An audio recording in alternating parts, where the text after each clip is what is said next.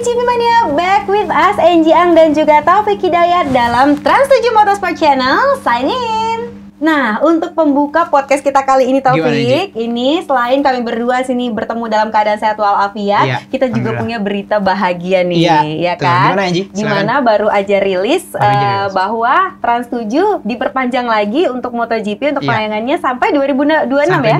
2026 untuk FTA, free untuk to air. Ya, jadi yang seperti teman-teman sekalian bisa lihat di sekarang ya di TV, jadi nggak usah bayar sama sekali ya FTA, gratisan nantinya. Oke, berarti diperpanjangnya selama 3 musim ke depan ya? 4 musim, 2023, 24, 25, sama 6. Sampai 2026 akhir. 2026. Ya, nanti kita perpanjang lagi, insya Allah ya berarti ya. Yes, seneng banget nih podcastnya dibuka dengan berita bahagia untuk semua GP Mania yang menonton. Nah, selain itu juga berarti kalau ada pertanyaan-pertanyaan itu kita bisa jawab dong. Kenapa sih siarannya diacak gitu? Wah, itu banyak banget tuh. Saya nggak bisa jawab kalau itu Angie. Ya udah kalau gitu berarti harus di scan ulang siarannya. Kayak gitu.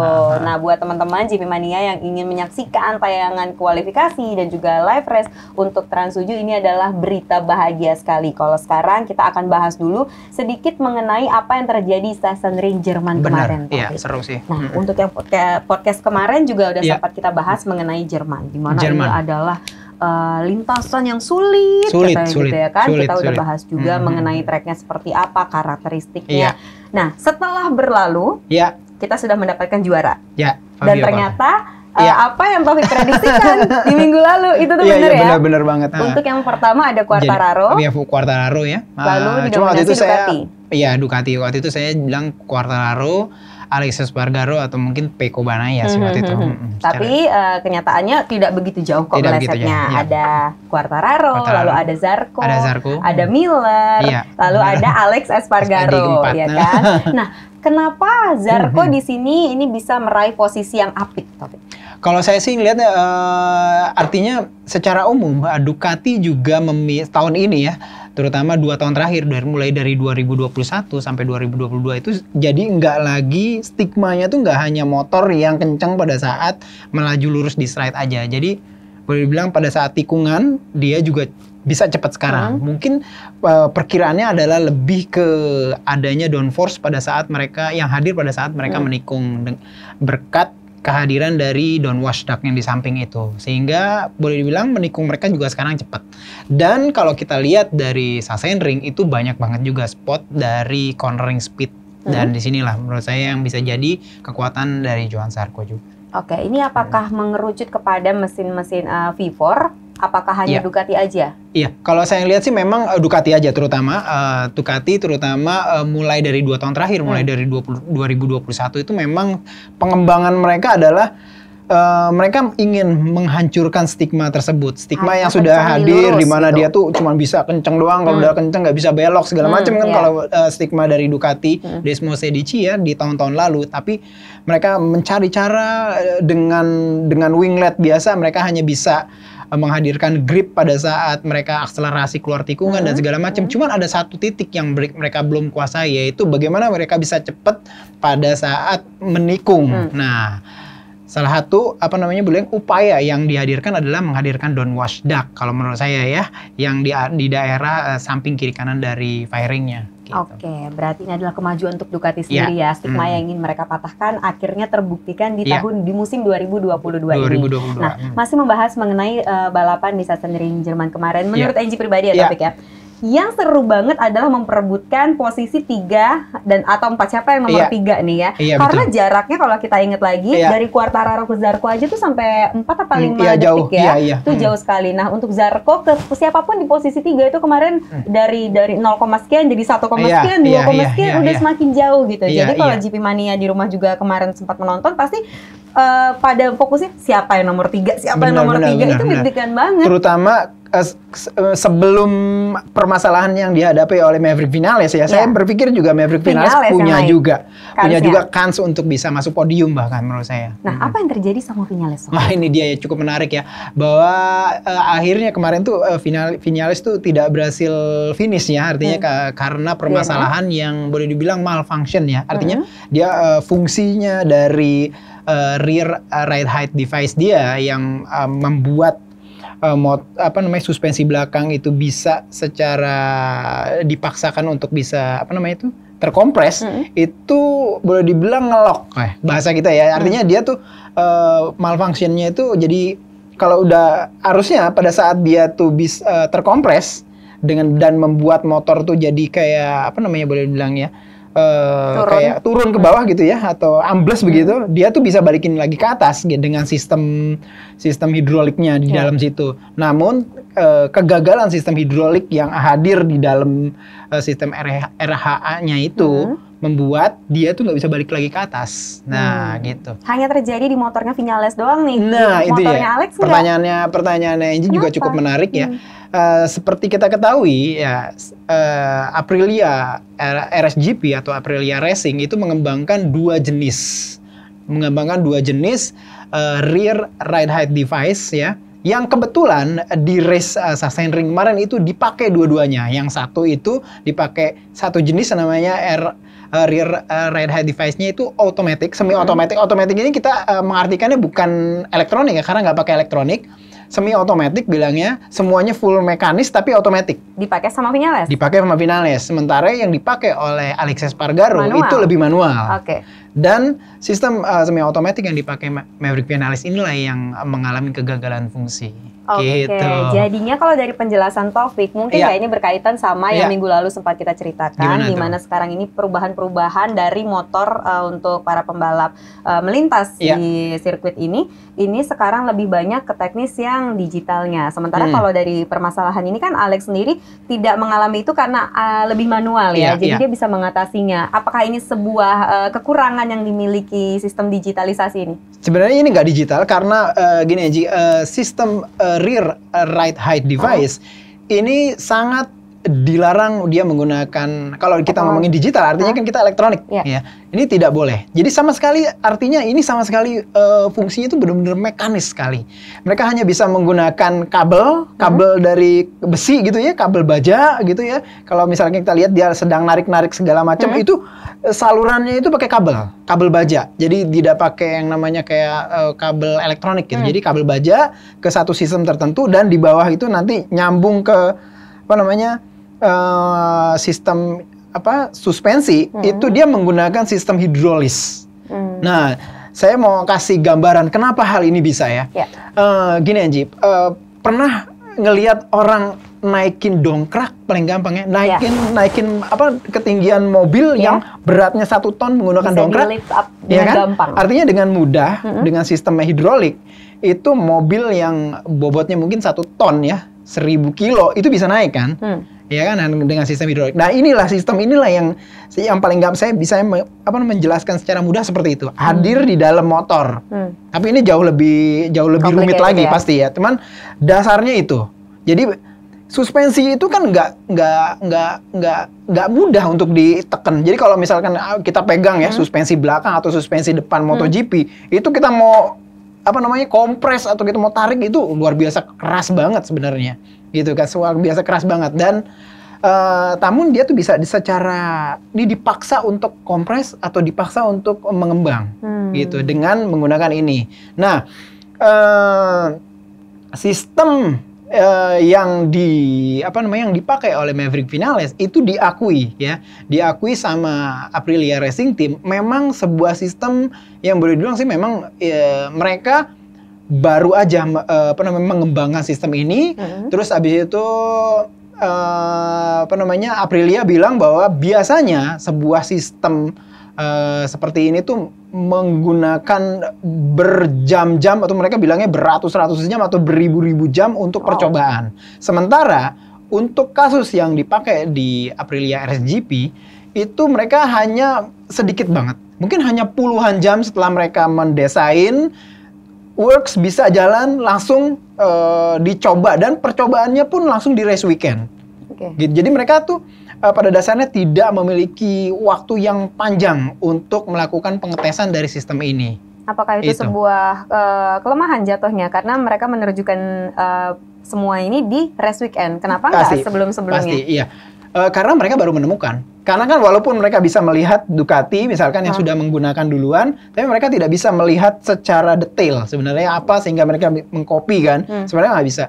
Mereka melihatnya hanya artinya bisa permukaan. Mereka hanya permukaan aja, ternyata bisa turun lah. Dan mereka berpikir sendiri, membuat sistem sendiri, dapat sistemnya terus mereka buat prototype itulah langsung dicoba di race weekend. Nah, mungkin sekarang mungkin sehari 2 hari dicoba oleh test rider mereka ya, Lorenzo Savadori. Namun akhirnya untuk pengembangan selanjutnya langsung dipakai sama finales sendiri di hari Jumat, di hari Sabtu kayak mungkin gitu. mereka saat itu sudah yakin karena tidak ada masalah. Iya, pada saat hari Jumat, hari Sabtu mereka bilang, oh ini berhasil banget bisa dipakai. Namun ternyata pada saat race itu ceritanya bisa berbeda. Iya, apalagi kalau kita ingat lagi, aduh itu saya berharap besar tuh ada 2 Aprilia di depan ya kan. Iya. Dan siapapun lah gitu. Iya, kalau saya lihat sih memang secara umum terlepas dari permasalahan yang dihadapi sama Maverick Vinales, kemarin itu dia kansnya bahkan kalau menurut saya jauh lebih besar dibandingkan dengan Alex Espargaro. Oh ya? Kalau menurut saya, Alex Espargaro dalam race kemarin itu menghadapi satu permasalahan yang belum dihadapi dia di race sebelumnya, yaitu ada sedikit getaran atau chattering di motornya. Dan ini tidak terjadi di Maverick Vinales sebenarnya, gitu ya. Kalau misalkan saja dia terlepas dari masalah amblesnya, dan maksudnya ngeloknya dari sistem rear right high device-nya, saya yakin dia bisa overtake, dia pasti bisa overtake Alex Espargaro. Iya, dia bilang kan permasalahan ini hadir persis ketika dia mau push untuk nge-tag Alex Espargaro. Iya, karena waktu itu juga selisih waktunya juga sangat tipis. Udah tipis, udah tinggal 0,2 detik. Tiba-tiba dia langsung minggir ke kanan, terus habis itu saya melihat dia membiarkan pembalap-pembalap lain lewat. Apa yang terjadi Vinales gitu ya kan? Saya sempat nanya kan bener di Twitter. Gitu. Kenapa yang terjadi sama Vinales? Karena udah berapa lama sejak kita terakhir melihat Vinales itu ada di baris depan, ya kan? Dan kans dia untuk memperebutkan posisi 3 itu waktu itu cukup besar.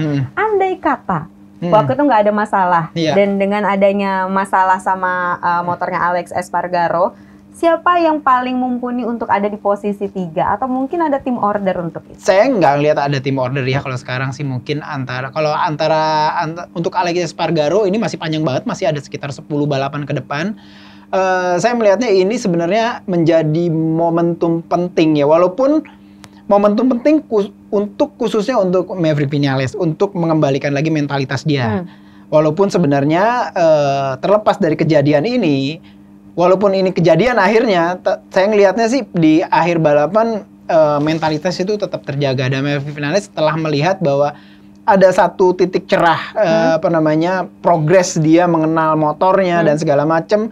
Dan ini menurut saya akan berimbas di race-race mendatang, terutama di pekan ini di Assen dan juga nanti sebulan lagi mulai di Silverstone dan segala macam. Masih nunggu 1 bulan lagi nih untuk melihat gimana aksi dari Maverick Vinales, karena waktu itu kalau kita ingat waktu dia masih teammate-nya Fabio Quartararo juga dia kebanting sama Fabio Quartararo kan. Masih udah lama banget bahkan itu. Nah, sekarang Fabio Quartararo untuk Jerman sendiri dia seperti tidak tergapai. Dengan jarak, bayangin sama Zarco tuh sampai saya lupa 4 atau 5 detik. 4 terakhir di finishnya 4, sekian detik. Taruhlah hampir 5 detik. Itu kan udah sangat lama dan sangat panjang. Jauh. Untouchable. Iya, untouchable, boleh dibilang seperti itu. Kenapa Quartararo seperti itu? Sementara pernah kita bahas bahwa pembalap-pembalap yang sekarang ini kurang memiliki X factor, tapi Quartararo seperti untouchable di setiap race. Iya. Ini menarik banget ya kalau kita melihat dan membandingkan antara, yang pertama adalah Sachsenring. Ini menarik kenapa? Karena sebelum ini itu Yamaha itu menang tahun 2009. Ini udah lama banget Yamaha nggak menang di sini. Bersama dengan? Waktu itu zamannya Jorge Lorenzo ya, Jorge Lorenzo, Valentino Rossi waktu itu ya, saya lupa yang menang siapa. Artinya ini udah lama banget. Jadi sebenarnya kemenangan di Sachsenring ini benar-benar sangat terutama untuk Fabio Quartararo benar-benar membuncahkan ya, boleh dibilang membuncahkan semangat. Kenapa? Karena di sirkuit yang selama ini tuh buruk banget. Dari untuk 2009 Yamaha sampai 2021 tuh buat Yamaha itu nggak friendly lah sebenarnya. Tapi dia di sini itu friendly gitu ya. Kalau kita lihat lagi Sachsenring ya, terutama dia itu tipe-tipenya kan sebenarnya mirip dengan mayoritas dari sirkuit-sirkuit Eropa, ya, yang dimana sebenarnya sirkuitnya tuh boleh dibilang klasik, terus habis itu ada naik, ada turun dan segala macam. Dan biasanya Yamaha ini di sini di tahun-tahun sebelumnya itu sering bermasalah dengan grip belakang, grip belakang.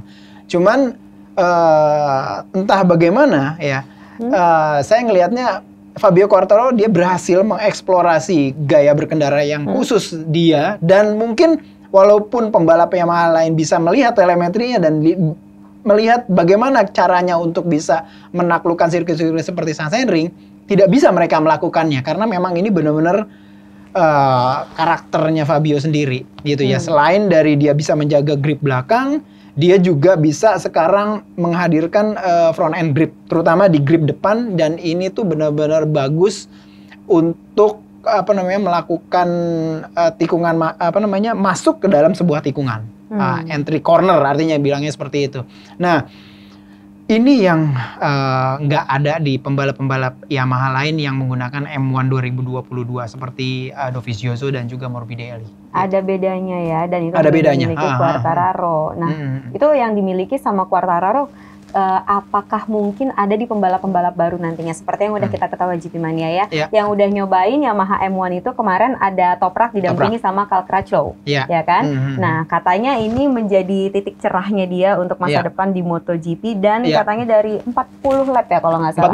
40 lap di lap ke-12 dia menemukan perasaannya terhadap Yamaha M1. Nah, kalau Toprak ini kan udah lama banget namanya kita sebut, ya kan, dengan gaya balapnya yang khas di SBK.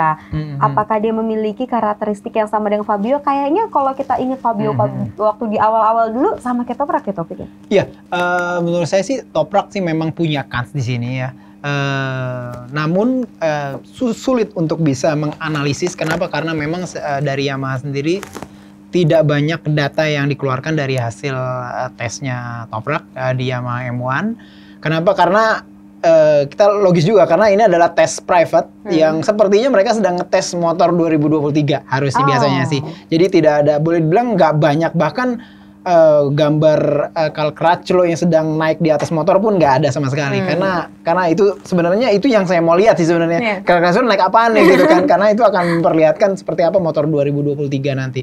Yang ada hanya Toprak menggunakan motor Yamaha M1 hitam yang saya yakin itu adalah motor 2022 ini gitu ya, karena bentuknya mirip banget. Namun kalau kita lihat dari gaya balapnya Toprak Razgatlioglu itu dia punya kans di ini. Kenapa saya bilang? Karena dia banyak menggunakan front end. Kalau di Yamaha R1 di SBK, dia adalah salah satu dari pembalap superbike yang memiliki late braking yang luar biasa. Dia berani banget ngerem di akhir-akhir gitu ya. Dan ini tuh merupakan salah satu karakter khusus yang kalau kita ingin menguasai front end dari motor gitu. Yang ada di Yamaha M1. Yang ada di Yamaha M1 dan bisa dilakukan oleh Fabio Quartararo saat ini gitu loh, Angie. Nah, dan ini saya nggak bisa lihat karena benar-benar belum lihat karena belum lihat bagaimana Toprak memperlakukan Yamaha M1, tapi saya yakin dia pasti pertama akan kaget karena ada banyak banget hal-hal berbeda antara M1 dengan R1 yang dia pakai di Superbike. Mulai dari pengereman menggunakan cakram karbon yang super duper pakem banget gitu ya, pada saat rem karbon ini sangat pakem banget ya. Saya ingat banget waktu pertama kali Fabio Quartararo naik ke Yamaha M1 itu tuh dia sampai stopi yang tidak dia sengaja gitu. Dia pada saat ngerem, dia pengen tahu gimana ini pengereman karbon, dia ngerem sekenceng-kencengnya benar-benar stopi, jadi bagian belakangnya naik. Padahal dia juga kaget juga, itu nggak sengaja. Waktu pertama kali keluar pit dia ngerem, terus habis itu bahkan sampai kayak gitu. Terus habis itu powernya udah pasti. Lalu bagaimana elektroniknya kan di MotoGP kan luar biasa. Variabelnya banyak banget, kita bisa menghadirkan banyak variabel kayak engine brake-nya bisa di set up, terus habis itu traction controlnya bisa di set up, terus habis itu wheelie control, banyak banget aspek-aspek variabel yang harus di set up. Dan dengan banyaknya ini dia harus menentukan settingan mana yang kira-kira pas dengan gaya balap yang mau dia pakai di motor ini. Akan menjadi the next Fabio Quartararo nggak nih? Saya berharapnya sih gitu, cuman masalahnya kan 2023 dia nggak ada satelit dan dia nggak ada seatnya. Mungkin 2024 ya. Kalau kita bisa dapat misalkan satu seat ya, atau misalnya di factory karena 2023 kan mungkin Morbidelli kan habis ya kontraknya, apakah dia perpanjang atau enggak. Kalau misalkan performa dari Toprak cukup bagus terus ya, terutama di tahun depan, nggak menutup kemungkinan sih dia akan naik di 2024. Sementara Fabio Quartararo masih ada di posisi aman ya sampai saat ini, karena dia juga kemarin juga baru dapat ini kan Hall of Fame ya dia. Di apa namanya di Assen juga ya. Di jalan. Di jalan gitu ya kan, baru coret-coret pakai pilok saya ngelihatnya kayaknya. Kenapa pemilihan Fabio Quartararo, tahu nggak Taufik? Belum tahu juga sih. Belum tahu juga sih. Mungkin jika yang tahu nanti bisa komen-komen di kolom komentar. Jadi kita juga saling berbagi informasi. Nah, kembali lagi dengan apa yang terjadi di sirkuit Sachsenring Jerman kemarin. Selain prestasi yang ditorehkan si untouchable man kita ini, kita juga tahu banyak pembalap ada yang mengalami masalah pada motor, ada yang jatuh, kan? Bahkan ada yang kakinya sampai terebus kalau saya bilangnya, ya kan, Stefan Bradl, ya kan, karena saking panasnya. Sedikit kita ingatkan lagi bahwa kemarin itu suhu dari aspal mencapai di atas 50 derajat ya, 51, 52 gitu-gitu kan. Nah, dan itu panas sekali sampai Stefan Bradl sendiri sampai posting ya Taufik betul, bahwa tuh kakinya tuh panas banget. Tapi begitu saya mencari informasi, katanya itu terjadi hanya untuk pembalap Honda. Di mana satu-satunya pembalap Honda cuma yang ada cuma Stefan Bradl, karena Paul Espargaro, karena Paul kembali ke pit, ya kan. Nah, apa yang terjadi sama Honda di sini? Apakah mereka lagi down? Soalnya ya akhirnya selama 40 tahun kan? 40 tahun ini adalah ada yang bilang bahkan bahasanya aib katanya. Ini aib titik nadir. Saya nulis dengan bahasa titik nadir. Di blog apa? Titik nadir. Titik nadir gitu ya kan. Bahwa selama 40 tahun baru ini Honda tidak mendapatkan poin gitu ya kan. Itu aja masih untuk Stefan Bradl finish dengan berbagai kondisi dan segala macam permasalahan di Honda. Well, sampai sekarang mereka masih berharap sama Marquez. Ya kan, dimana sekarang Marquez lagi absen dulu. Tapi sebenarnya apa yang terjadi sih sama Honda dan bagaimana solusinya? Kalau aku baca-baca udah ada ya yang Jadi kalau kita lihat dari permasalahan di Sachsenring kemarin yang mengenai masalah panas ini juga cukup menarik. Panas dari sirkuit sebenarnya 51 derajat menurut data yang resminya Dorna. Panas dari suhu dari aspalnya ya. Namun di Honda RC213V ini terasa lebih panas lagi. Kenapa? Karena sepertinya sih ada manajemen penyaluran udara panas yang dihasilkan oleh mesin yang sedikit kurang ini ya, menurut saya kurang pas, sehingga panas yang dihasilkan oleh mesin itu disalurkan ke arah samping dan mengenai kaki. Mengenai sepatu mengenai sepatu. Jadi panasnya itu bukan dari track yang 51 itu, tapi dari mesin, dari mesinnya. Dan mereka memperkirakan ini sampai 100 panas di mesinnya. 101 saya baca. Ya, sampai 100-an derajat Celcius, sehingga panasnya ini diradiasikan secara, pokoknya ditransfer kalornya atau panasnya ke sepatunya, sehingga daerah di dalam sepatu udah kayak sauna ya, boleh dibilang bisa sampai 50 derajat di dalam sepatunya. Oleh karena itu kita bisa lihat kakinya Stefan Bradl itu di foto Instagram kalau nggak salah itu ya, itu agak sedikit kayak melepuh, memar-memar kayak gitu. Walaupun akhirnya di Assen dia bilang terakhir kemarin hari Kamis sudah baik kayak gitu ya. Cuman balik lagi, memang benar ini adalah kali pertama Honda itu melakukan race weekend tidak menorehkan satupun poin semenjak pertama kali di Jarama tahun 1982 ya, atau 40 tahun. 40 tahun atau saya sempat lihat nih ya. Itu tuh sampai artinya 14.638 hari semenjak race. Ini dihitung harinya nih, 14.638 hari semenjak race di Jarama, yaitu hari Minggu 23 Mei 1982. Gitu. Ini rekor terburuknya mereka ya, memecahkan rekor, tapi rekor terburuk untuk Honda. Nah, solusinya apa? Apakah mereka akan lay down terus sama Marquez yang kita tahu belum akan, nggak tahu ya, kalau sampai sekarang sih masih belum akan balapan hingga musim depan, itu juga belum tahu musim depan bagaimana dengan kemajuan Honda dan Jadi pada dasarnya motor yang dihadirkan sih sebenarnya harusnya lebih berperforma gitu ya.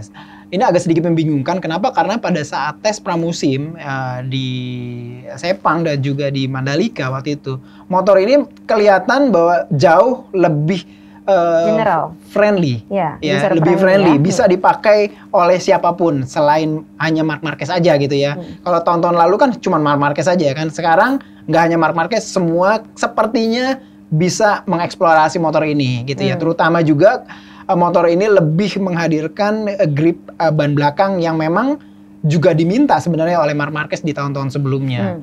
Namun memang menghadirkan grip ban belakang itu sedikit banyak mengubah balance atau mengubah keseimbangan dari motor sehingga grip ban depannya mau nggak mau jadi sedikit berkurang. Dan Marc Marquez ini benar-benar rely banget, benar-benar bergantung banget sama yang namanya grip ban depan atau front end grip gitu ya. Dan ketika front end gripnya Marc Marquez tuh hilang, dia tuh udah kayak kebingungan. Ya, level aliennya jadi kayak sedikit berkurang kalau menurut saya. Jadi dia tidak bisa menghadirkan keajaiban-keajaiban yang biasanya kita bisa lihat di tahun-tahun sebelumnya dari seorang Marc Marquez kayak gitu ya. Nah, solusinya? Solusinya kalau di engine kita nggak bisa ngapa-ngapain yang pasti. Mesin tidak bisa diubah sampai akhir tahun nanti gitu ya. Saya nggak yakin mengubah mounting engine itu akan bisa. Sebenarnya ini bisa dilakukan oleh Honda. Yang dilakukan oleh Honda di tahun 2022 kan memutar sedikit derajat mounting atau mounting itu apa ya namanya?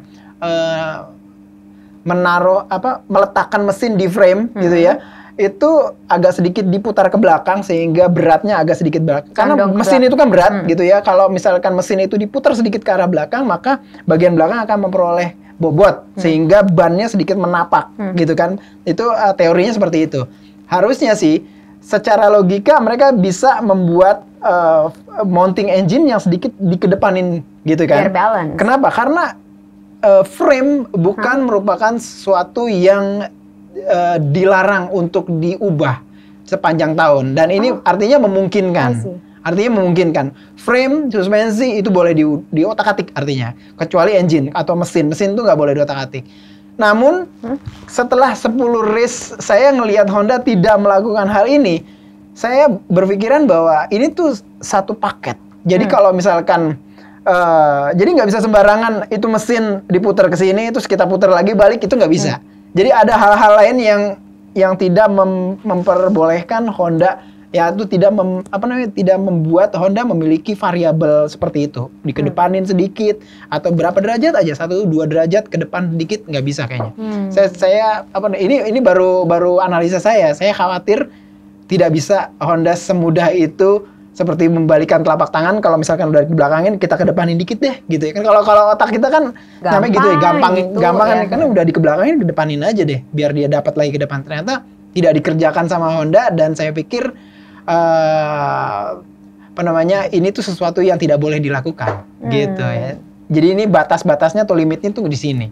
Mereka selama ini tuh hanya bisa melakukan adalah manjangin swing arm yang untuk tempat bertumpu dari roda gitu, roda belakang dipanjangin atau dipendekin gitu ya, atau diubah-ubah tingkat kekakuan dari swing armnya. Hanya daerah-daerah situ aja yang bisa mereka lakukan. Nah ini Taufik tulis juga di blog Taufik. Ini kan? Ini saya belum tulis sih. Oh ini kalau nggak salah omong-omongan kita di belakang tadi. Nah katanya itu juga saya sempat baca, saya lupa siapa yang ngomong, tolong koreksi kalau salah. Jadi Honda itu tidak hanya sebatas mendekin manjangin swing arm doang gitu ya kan, tapi rumor-rumornya ini udah ada yang bersuara soal ini bukan hanya masalah teknis aja yang harus diperbaiki Honda untuk yang musim ini, tapi juga untuk level-level manajerial. Itu kok sampai merembet ke manajerial dan lain-lain. Berarti Angie sudah membaca artikel saya tentang Oscar Haro ya. Jadi Oscar Haro ini adalah seorang direktur olahraga ya, atau sporting director dari mantan dari sporting director dari LCR Honda sampai 2021 kemarin.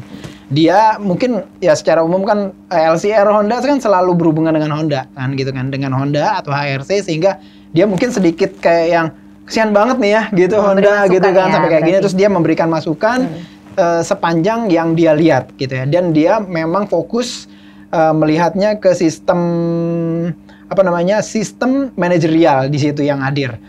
Dia memperkirakan bahwa memang ke depan itu 3 pembalap selain Marc Marquez ya itu akan dirombak gitu ya. Mungkin Pol Espargaro akan diganti, mungkin dengan Joan Mir gitu ya, atau mungkin Alex Marquez pun sepertinya punya kans untuk diganti. Dia kemungkinan akan diganti oleh Alex Rins. Alex yang ditukar. Ya, Alex yang ditukar. Jadi Alex Marquez akan digantikan Alex Rins.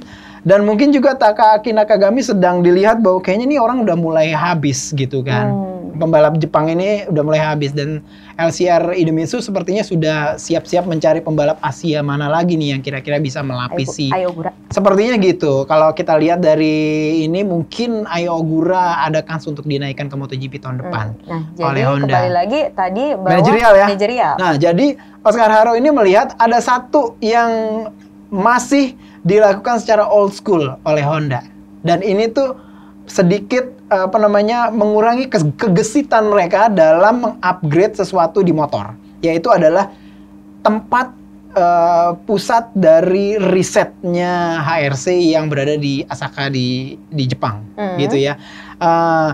Ini tuh kejauhan menurut Oscar Haro gitu ya. Sementara kalau dilihat Yamaha itu sudah mulai memindahkan pusat riset teknisnya mereka dari Iwata itu sekarang ke Itali.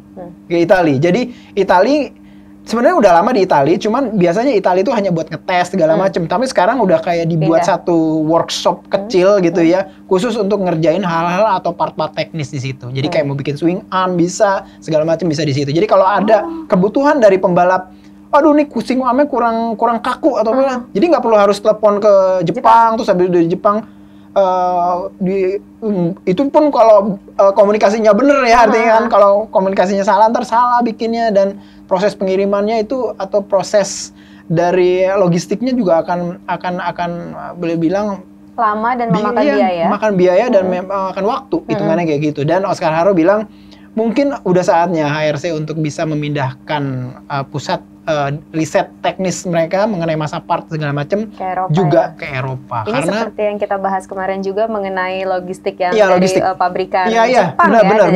Eropa. Kenapa Jepang lebih mahal? Kenapa Jepang mahal, sempat juga kami bahas di GP Mania. Kenapa Jepang lebih mahal dari Eropa? Dan ternyata Yamaha juga udah mulai pelan-pelan ya, tinggal Honda.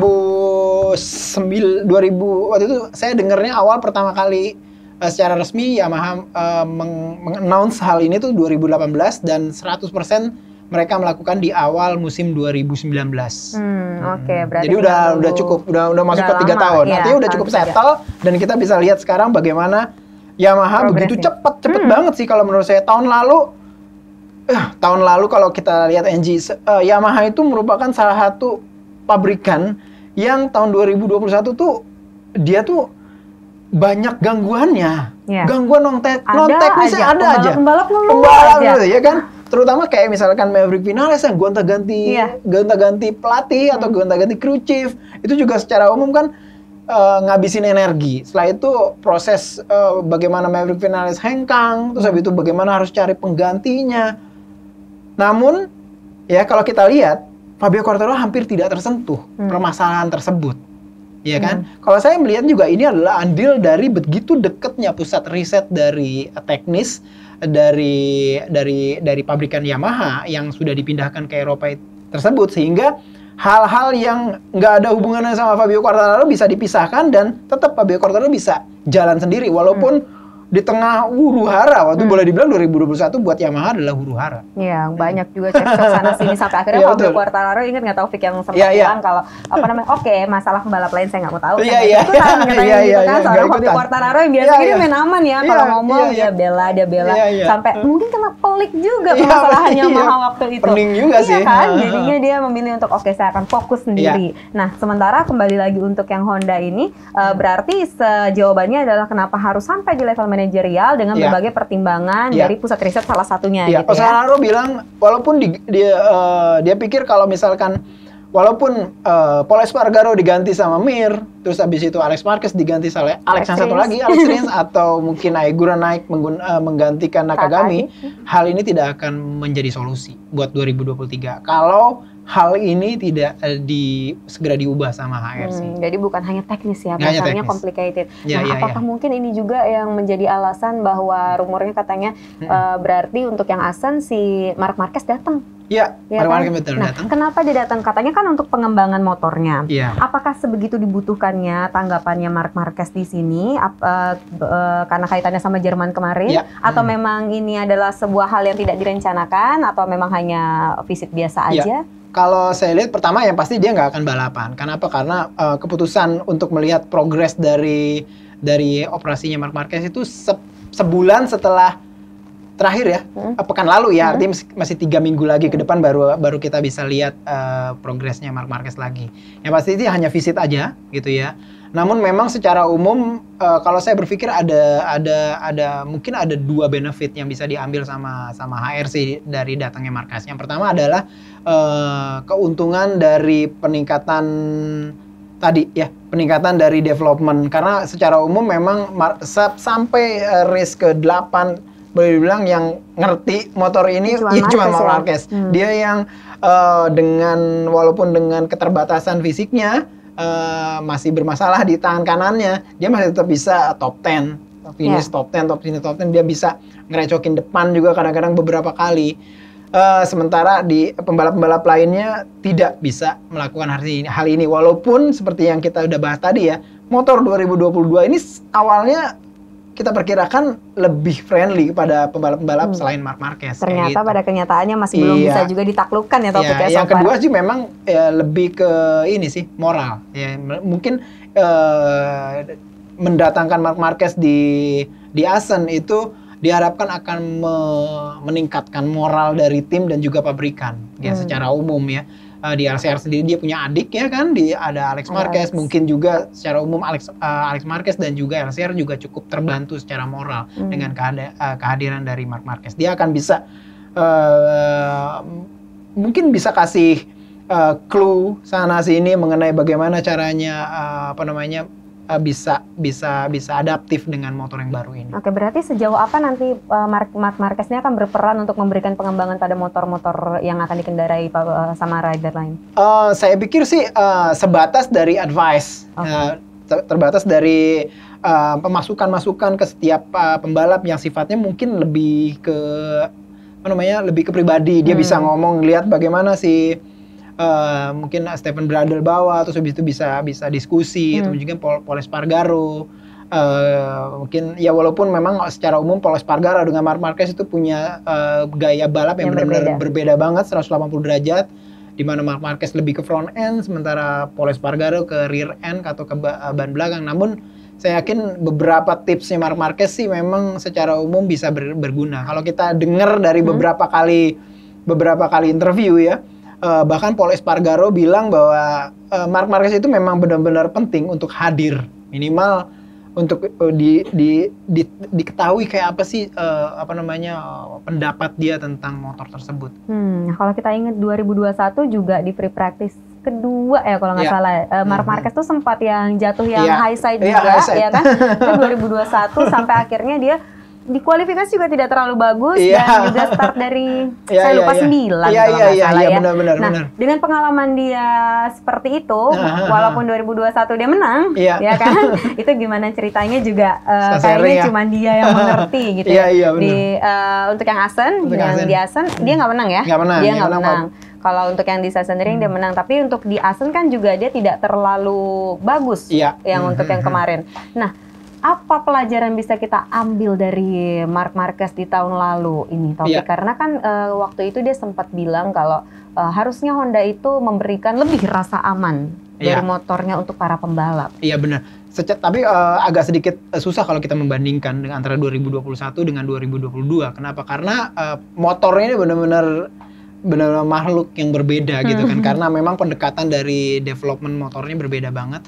Dimana kalau kita lihat dari 2021 itu masih ada sedikit bahwa ini adalah motornya Mark Marquez. Jadi walaupun dia masih istilahnya masih recovery banget dari cederanya itu, beberapa kali dia masih bisa menang karena memang dia masih bisa mempercayai motornya, karena dia juga masih memiliki perasaan yang begitu baik terhadap front end motornya sehingga dia bisa melakukan banyak hal. 2022 ini hampir tidak terlalu banyak kita lihat Mark Marquez berani push sampai ke limit kayak gitu. Dia masih agak sedikit takut. Kenapa? Karena kalau menurut saya sih Motornya nggak motor dia gitu ya. Jadi nggak kayak 2021 walaupun dia sakit tapi dia masih bisa push karena dia masih pegang front end. Di sini dia nggak pegang front end. Jadi dia nggak berani melakukan dia hal harus adaptasi lagi nanti ya berarti ya. Iya. Untuk pasti comeback di 2023 ya, 2023 kita nggak tahu nanti mesinnya akan kayak gimana lagi. Mungkin akan dibalikin lagi model 2021. Masih jadi pertanyaan ya kan. Nanti akan kita jawab tuh untuk podcast di tahun 2023 nih berarti.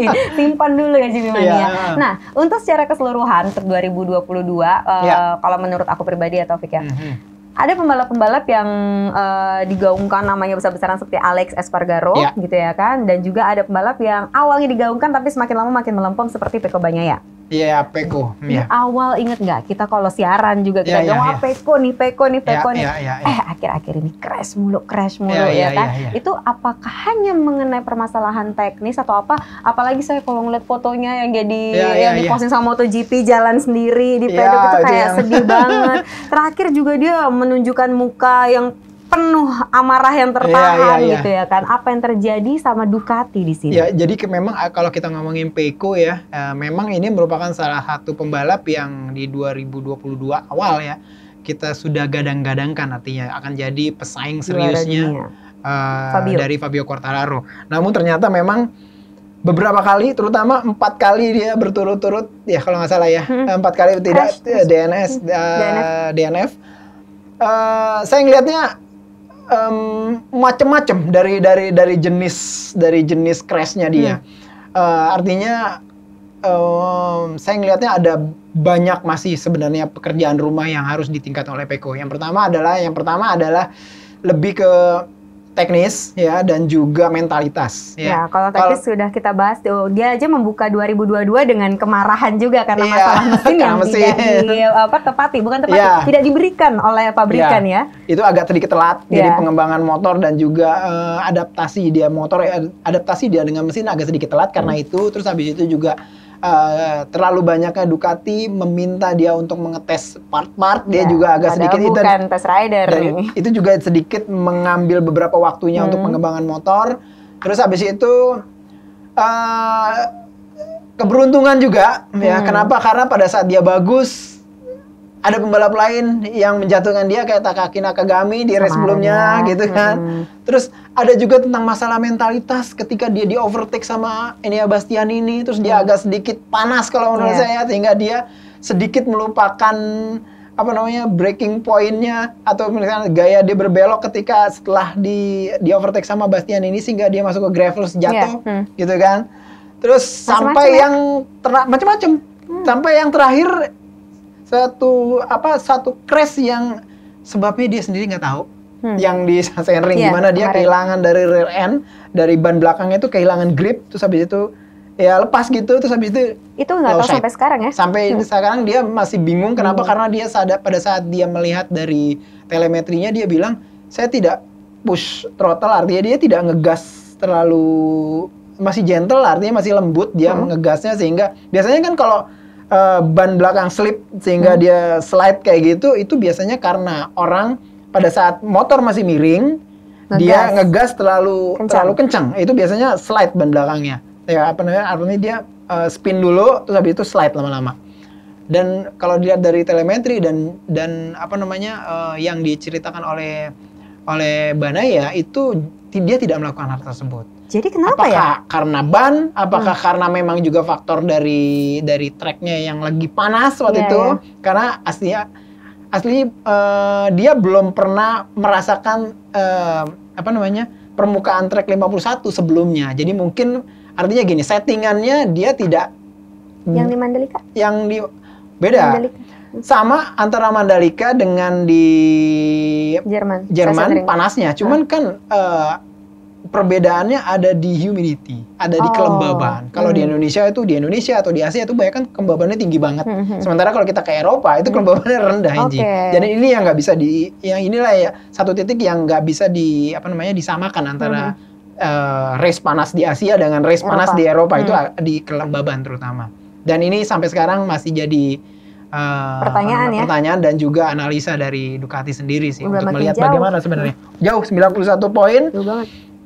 Walaupun 10 balapan tersisa itu hitungannya masih menyisakan 250 poin. Artinya 91 poin masih belum apa-apa. Artinya never say never ya.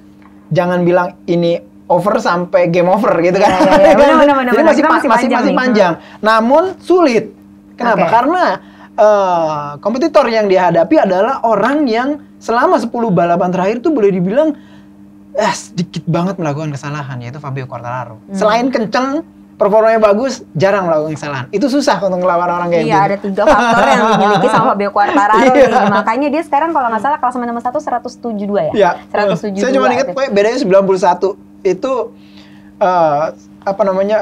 gunung yang sangat tinggi untuk dilalui soalnya Pecco Bagnaia. Gimana, masih ada lagi bawahnya Alex Espargaro. Iya, dia harus lawan dulu Johan Zarco yang biar kayak gitu juga belum pernah menang. Iya, belum pernah, tapi trennya bagus. 4-3-2. Kita lihat apakah di Asen, kalau di Asen ini dia 4-3-2-1 ntar. Iya, jadi bagus 4-3-2-1. Tapi nggak begitu juga sama Jack Miller kan? Kalau Jack Miller lebih apa ya?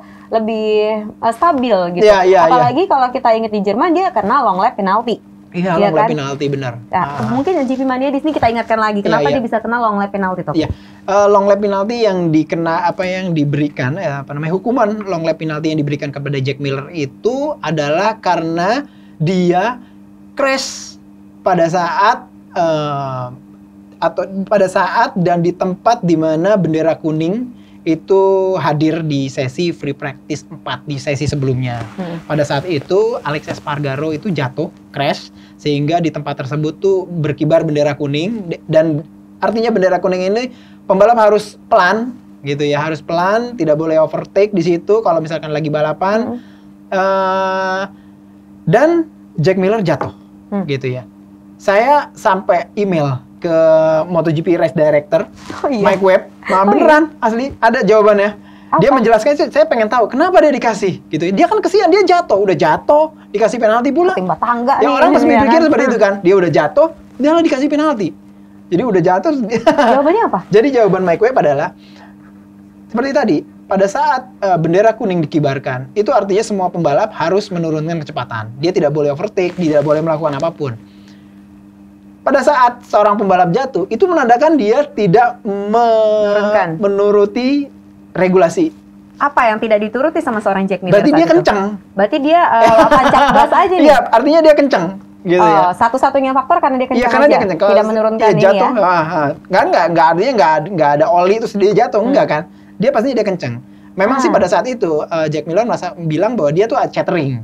Chattering inilah yang membuat dia terjatuh. Tapi dia sadar kok, itu ada bendera kuning dan saya jatuh, saya pasti kena penalti. Karena memang semua pembalap MotoGP tahu kalau misalkan lagi ada bendera kuning, baik itu bendera fisik maupun sekarang udah pakai digital ya. Terus dia jatuh, dia pasti kena penalti. Siapapun itu, gitu. Jadi seperti itu. Alasannya kenapa? Alasannya safety, Angie. Pada saat bendera kuning itu berkibar, biasanya ada orang yang jatuh atau pembalap jatuh. Dan biasanya kalau ada pembalap yang jatuh, itu biasanya kan marshal pada deket pada nolongin. Kalau misalnya ada satu lagi yang jatuh, maka ada potensi para marshal tersebut, terus pembalap yang pertama jatuh, itu artinya keselamatannya terancam. Ya kan? Jadi inilah sebabnya dasar dari regulasi kenapa seseorang yang jatuh di tempat yellow flag itu kena penalti. Penaltinya ini tergantung, akan dilihat seberapa berat itu nanti yang nentuin adalah FIM steward ya, FIM steward, MotoGP steward. Dia akan menentukan apakah ini dia mundur berapa grid pada saat start ataukah long lap penalti gitu ya. Cuman memang secara umum kesian juga Jack Miller pada saat dia long lap penalti di tracknya ada gravel. Ya kan, jadi jatuh itu juga dia posting itu kan gimana banyak. Iya, ada gravel, ada pebble, ada kerikil, jadi kerikilnya masuk ke track. itu sampai rame banget kan di komentari dan segala macam, banyak juga GP Mania yang itu kan kasihan tanpa tahu dulu alasannya kenapa. Jadi alasannya gitu itu. Ya kan. Jadi sekarang sudah terjawab nih untuk GP Mania. Tapi ternyata hasil yang ditorehkan di Sachsenring kemarin tidak mengecewakan. Iya, tidak mengecewakan. Ya kan? Dia mendapatkan posisi 3, overtake Alex Espargaro di akhir-akhir. Saya ngelihatnya Jack Miller sekarang sudah rilis, artinya dia udah nothing tulus lah artinya gitu. Dia pokoknya udah tinggal ngegas aja di balapan. Tahun depan dia sudah KTM gitu udah ganti Werpack dia ingin mengakhiri karir dia di Ducati dengan baik yang pastinya gitu. Tapi oke lah, maksudnya dia dari berarti dia itu dari posisi 9 ya? Benar. Dari posisi 9 terus sampai 3 menyalip 6 pembalap ya, taruhlah yang crash ya, kita buang-buang. Tapi ya kemarin balik lagi saya bilangnya topiknya bener-bener balapan kemarin nomor 3 dan sama nomor berapa 5 apa 7 yang kemarin itu Battle for kalau nggak salah ya. Itu juga kayaknya yang menjadi fokus di GP Jerman. Di balapan Jerman. Kenapa? Karena Fabio Quartararo udah escape banget ya. Udah jauh banget. Udah ya untouchable gitu ya kan. Sementara Alex Espargaro dia gagal nih naik podium. Biasanya dia specialist third ya kan. Kayaknya kalau nomor 3 ini buat Alex Espargaro nih. Tapi kali ini Jack Miller dulu. Padahal itu juga tipis ya, bedanya tipis. Kenapa dia bisa di overtake waktu itu? Kayaknya waktu itu inget nggak? Ada momen dimana yang pas yang belok kanan kiri itu tuh kayaknya membuat semua GP mania teriak gitu pas jadi jadi seperti yang kita udah bicarakan tadi di partnya Maverick Vinales. Jadi sebenarnya pada saat race Sachsenring kemarin itu Alex Espargaro itu mengalami masalah gitu ya. Itu yang bergetar itu. Tapi kan Jack Miller juga mengalami itu walaupun di free practice. Di free practice ya, tapi pada saat race dia udah enggak terlalu, dia I think udah full banget. Sementara itu dia. Saya ngeliatnya juga memang pada saat dia agak sedikit hopeless ketika di belakangnya ada Maverick Vinales. Pada saat didekati Jack Miller, saya udah yakin banget bahwa pasti kena. Pasti kena. Dan memang sedang ada masalah setup dari Alex Espargaro kemarin. Walaupun memang sebenarnya permasalahannya nggak ini banget ya, sehingga dia harus mundur terlalu jauh. Dia hanya bisa orang-orang Inggris bilangnya damage limitation. Jadi kehancuran itu hanya dia bisa tahan sedikit aja, mudah-mudahan nggak terlalu hancur terlalu parah gitu ya. Artinya damage limitation jadi dia limit kerusakan yang dia hadapi di RSGP segitu doang. Dia hanya bisa gitu, udah nggak mentok, nggak bisa, dia lagi lebih tinggi lagi performanya. Kalau dia tambah gas lagi malah mungkin malah bisa jatuh. Malah jatuh ya. Tapi ya itu membuat semua apa fansnya Jack Miller kan thriller lupa tuh. Ya itu semuanya bersorak gitu ya kan. Dan tertarik juga sama pembicaraan mereka setelah balapan gitu. Mereka mengeluhkan masalah panas gitu ya panas kan? Terutama dan segala macam gitu. Dan saya sih bisa ngebayangin sih panas tapi kelembabannya rendah itu kayak apa bentuknya ya. Pasti kayak panas. Jadi kayak panas yang kering. Udah panas kering kan, kalau kelembabannya terlalu rendah kan panas dan kering. Baiklah. Kalau panas tapi lembabannya tinggi ya kayak kita gitu kan. Nah, kalau yang di Jerman sama di Assen ini ya terlihat bedanya jelas dari cuaca dulu deh. Ini kan hari tayangnya di hari Sabtu ya, di hari Jumat aja udah mendung gitu ya kan. Kalau di musim lalu sih hujan ya. Kalau yang di sekarang ini agak sedikit roller coaster ya, sama nih roller coaster juga nih. Roller coaster jadi ada beberapa perubahan cuaca, cuman memang secara umum pada saat race day-nya potensi forecast-nya akan kering. Gitu. Cuman memang di awal race weekend seperti di Jumat Sabtu itu kita masih bisa menemukan mungkin rintik-rintik hujan, mendung kayak begitu masih ada. Berarti berbeda dengan yang ada di Jerman ya. Jerman full ya. Beda banget nih ceritanya. Sampai panas. Untuk Assen sendiri aku tertarik untuk membahas mengenai sirkuitnya. Kita bedah sirkuit dulu boleh. Ya, kalau kita melihat sirkuitnya, ntar Assen. Ngomong-ngomong, ada yang punya tato Assen tau? Ya, betul. Peko. Peko punya tato Assen gitu. Makanya dia katanya optimistis gitu. Assen yang baru atau Assen yang lama nih? Nah, belum saya lihat lagi. Coba saya lihat lagi ya kan. Assen itu berubah ya? Assen berubah di tahun 2005, di mana loop di bagian utara itu akhirnya dijual. Nih. Nah, itu loop yang bagian utara tuh sebelah sana. Sebelah sini? Nah, itu nggak segitu tuh. Artinya awalnya nggak seperti itu loop bagian itu. Jadi kalau kita lihat loop bagian utara itu speednya rendah banget ya. Nah itu tuh awalnya nggak kayak begitu Angie. Awalnya nggak kayak gitu. Awalnya itu loop. Nah itu di bawah tuh Angie. Yang ini. Itu awalnya kayak gitu. Itu loopnya. Agak gede. Itu dijual untuk kelangsungan hidup dari sirkuitnya sendiri. Baik terjawab. Ya terjawab. Nah sekarang jadi kecil dan itu tuh sekarang awalnya agak sedikit agak sedikit tinggi speednya. Sekarang mulai dari 2005 agak sedikit rendah di situ, terutama di North. Itu bilangnya adalah loop sebelah utara. Sementara loop sebelah selatan semuanya masih asli seperti. Masih asli. Dan Assen ini adalah sirkuit yang boleh dibilang merupakan sirkuit yang paling lama ya, artinya di apa namanya melangsungkan gelaran MotoGP semenjak MotoGP hadir pertama kali di tahun 2002. Oke, jadi bilang kayak gitu. Sirkuit klasik juga ya? hanya berselang kemarin karena belum siap di pandemi ya. Kalau nggak salah sedikit apa namanya sempat gagal kan. Oke. Nah, kalau dari karakternya di sini berarti di sini nih flowing banget ya, kayaknya mepet nih. Jadi hitungannya hanya ada di loop utara yang pelan ya, dan juga di chicane terakhir. Chicane terakhir itu yang itu Ji. Tempat Valentino Rossi waktu ngelawan Marc Marquez dia off-road. Ingat nggak dulu? Iya, itu juga ramai kan dibicarakan itu juga Asen itu salah satunya itu 2015 apa berapa ya? Marc Marquez tetap ngikutin chicane-nya. Valentino Rossi, ini range dia lewatin aja itunya gravelnya. Karena gitu kan? Alasannya waktu itu dia kena push dari Marc Marquez ya kalau kita ingat, sehingga mau nggak mau dia harus lewat situ. Kalau nggak ada jatuh, nggak ada pilihan kan, daripada jatuh. Nah, kembali lagi ke karakternya sendiri. Berarti ini adalah yang perlu kita perhatikan untuk balapan. Ya, itu ada dua titik rendah, titik speed rendah, yaitu di pertama ya yang tadi yang di Northern Loop yang loop utara yang baru ya. Terus habis itu di chicane yang terakhir itu juga pelan gitu ya. Cuman memang di yang lainnya itu hampir kayak straight, cuman ada sedikit kayak curve-curve kecil atau tikungan-tikungannya kecil. Jadi pembalap itu benar-benar harus aware, harus benar-benar awas banget sama tracknya. Kenapa? Ini kayaknya kayak yang straight panjang. Kalau dia terus-terusan, tiba-tiba ada tikungan-tikungan kecil. Dan ini sering menghadirkan kayak hampir di semuanya. Jadi itu kayaknya kayak banyak yang lurus, cuman nggak lurus gitu ya. Teman-teman sekalian kalau mungkin main di game simulasi MotoGP atau USBK, kalau main di sini itu luar biasa kenceng banget sih. Saya pernah main di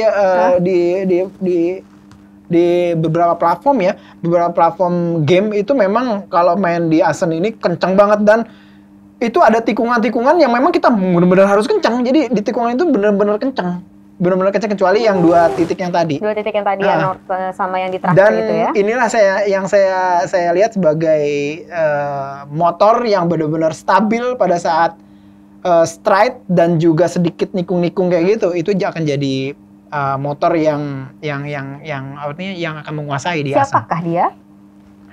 Oh, sekarang tahun 2022 ini sebenarnya kalau secara umum hampir semua. Kenapa ya? Seperti kita bicara tadi ya, Ducati sekarang udah kenceng banget di tikungan.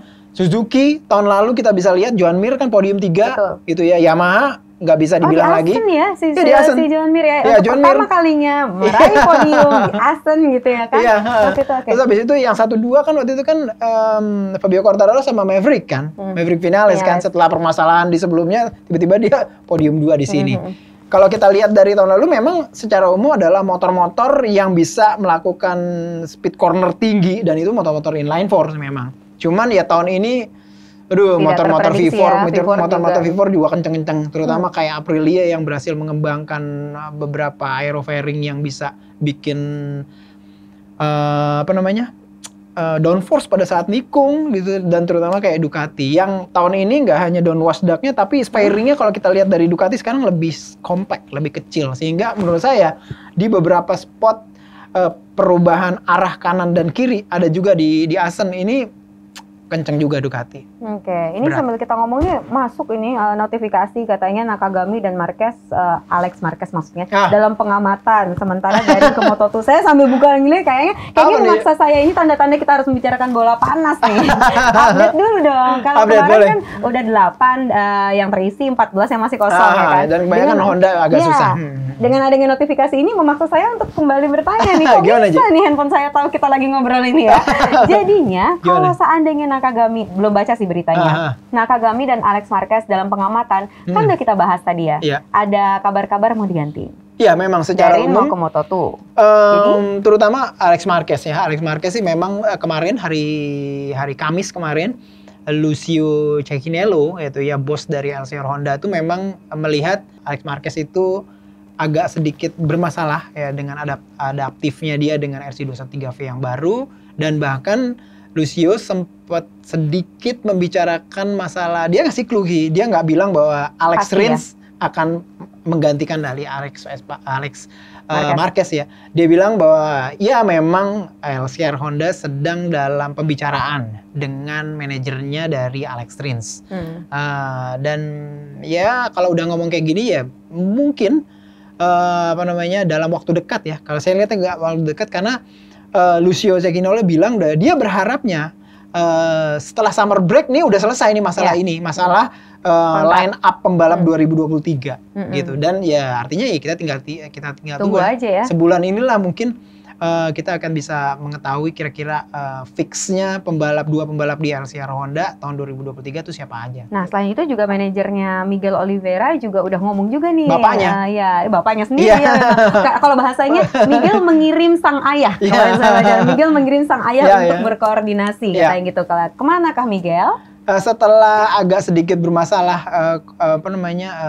negosiasi dengan Gresini Racing, terutama di masalah finansial dan di masalah tarik ulur mengenai masalah sponsorship, ya, sponsor pribadinya Miguel Oliveira dengan sponsor yang ada di Gresini dan Ducati, akhirnya pihak Miguel Oliveira itu sedikit beralih ke pabrikan lain dan juga ke tim lain.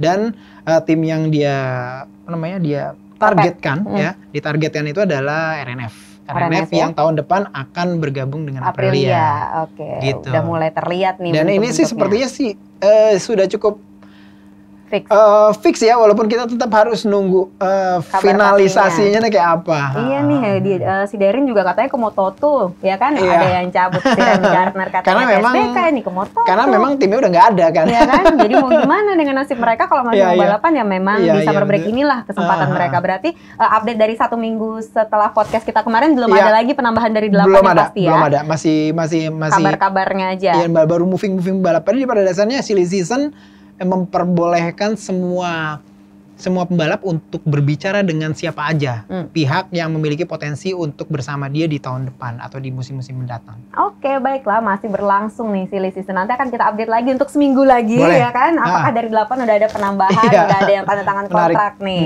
Well, sekarang kita akan memasuki balapan untuk di Belanda di Assen. Pastinya Taufik udah punya prediksi sendiri. Dengan pengamatan-pengamatannya siapakah yang akan naik podium dan apa pertimbangannya Taufik? Iya. Yang pertama sih saya ngelihatnya bahwa Fabio Quartararo potensinya dia bahkan memenangkan kembali. Jadi back to back dia akan menang juga artinya dengan Sasai kemarin ya di Assen ini. Pertimbangannya ya selain dia itu pas ya karakter motor terutama dengan karakter dari sirkuit, terus habis itu sepertinya sih tambah lama juga Fabio-nya sendiri tambah mature, tambah dewasa ya dalam melakukan balapan dan segala macam. Ini sampai sekarang saya ngeliatnya ini paket yang benar-benar komplit.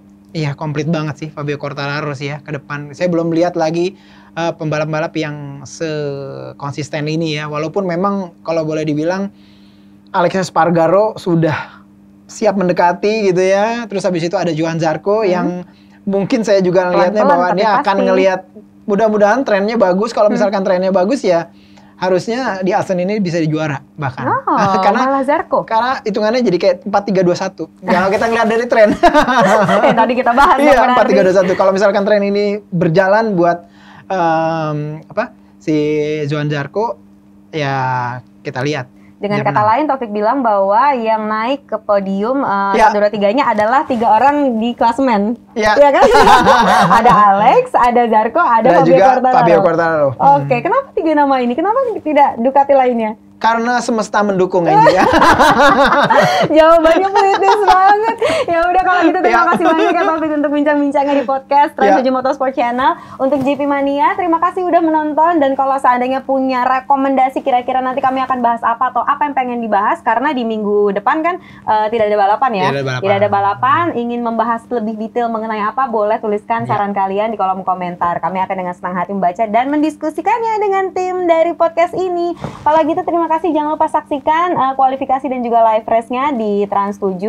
Nanti berarti di hari ini ya, di hari ini Sabtu tayangnya untuk kualifikasi dan besok di live race di hari Minggu. Jangan lupa juga menyaksikan program lainnya kayak ada Top Speed. Ya, kalau gitu sampai ketemu lagi di minggu depan untuk membahas mengenai apa ya kira-kira Taufik? Ya, silahkan ini silahkan aja, surprise me. Kalau gitu terima kasih banyak Kak Jiang dan juga Taufik Hidayat pamit dulu. Terima kasih Trans 7 Motorsport Channel, sign out, bye.